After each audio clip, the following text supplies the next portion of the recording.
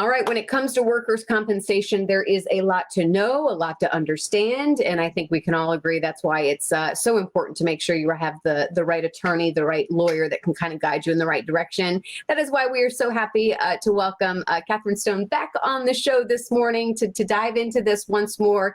And this is an interesting topic. I don't know if we've discussed this, or at least not recently, but when talking about workers' compensation, along with unemployment compensation, which of course has been stealing the headlines, especially here in Florida for quite some time. So first question, are you eligible for both? You are in limited situations. Okay. So like we were saying before we got started with the segment today, obviously a lot of my cases, a lot more over the past year, have that element of unemployment compensation tagged into the middle of it. And the answer is this: if you're totally off work, your doctor has said you cannot return to work, and you apply for unemployment compensation because maybe your employer went out of business because of COVID, or they're not going to bring you back, or whatever the situation may be, then unemployment will be your only source of income while you remain on total disability. The statute does not allow you to receive workers' comp and unemployment if you're in an off-work status by your doctor. So it's very, very important that you notify either your attorney or the adjuster and let them know that you're receiving unemployment benefits, because workers' comp either gets an offset or they don't have to pay you. And you do not want to end up in an overpayment situation where you actually owe money back to workers' compensation. And so we're finding this quite often. So when you can receive both is when your doctor has given you restrictions. The doctor said, yes, you can go back to work, but you have these certain restrictions, and your employer maybe can't accommodate those restrictions, or maybe has gone out of business, and you apply for unemployment. Your workers' compensation gets to take an offset for your unemployment benefits that you receive.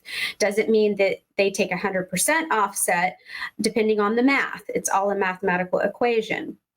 So again, it's very important that your attorney and that the adjuster know that you're receiving that benefit, so you do not end up in an overpayment situation.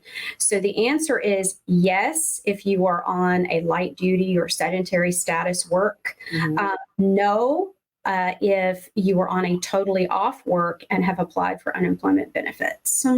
How common is that if a doctor says you can go back to work, but here, are the limitations, and then an employer says, okay, we just can't accommodate? Do you see that quite a bit? It's quite often, yes. And the employers actually have options. They have the option of saying, we can't accommodate those restrictions.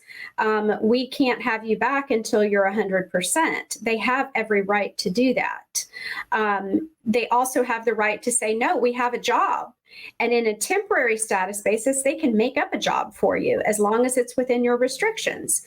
And depending on how much they pay you for that job, or if they bring you back doing maybe your normal job but with restrictions, depending again upon what your pay is, determines whether or not workers' comp will have to come in and pay anything. I have a minute left here. Let's make it a full circle moment. I just cannot imagine anyone trying to tackle this on their own without having representation. I mean, I just can't. Well, there's a lot of math involved.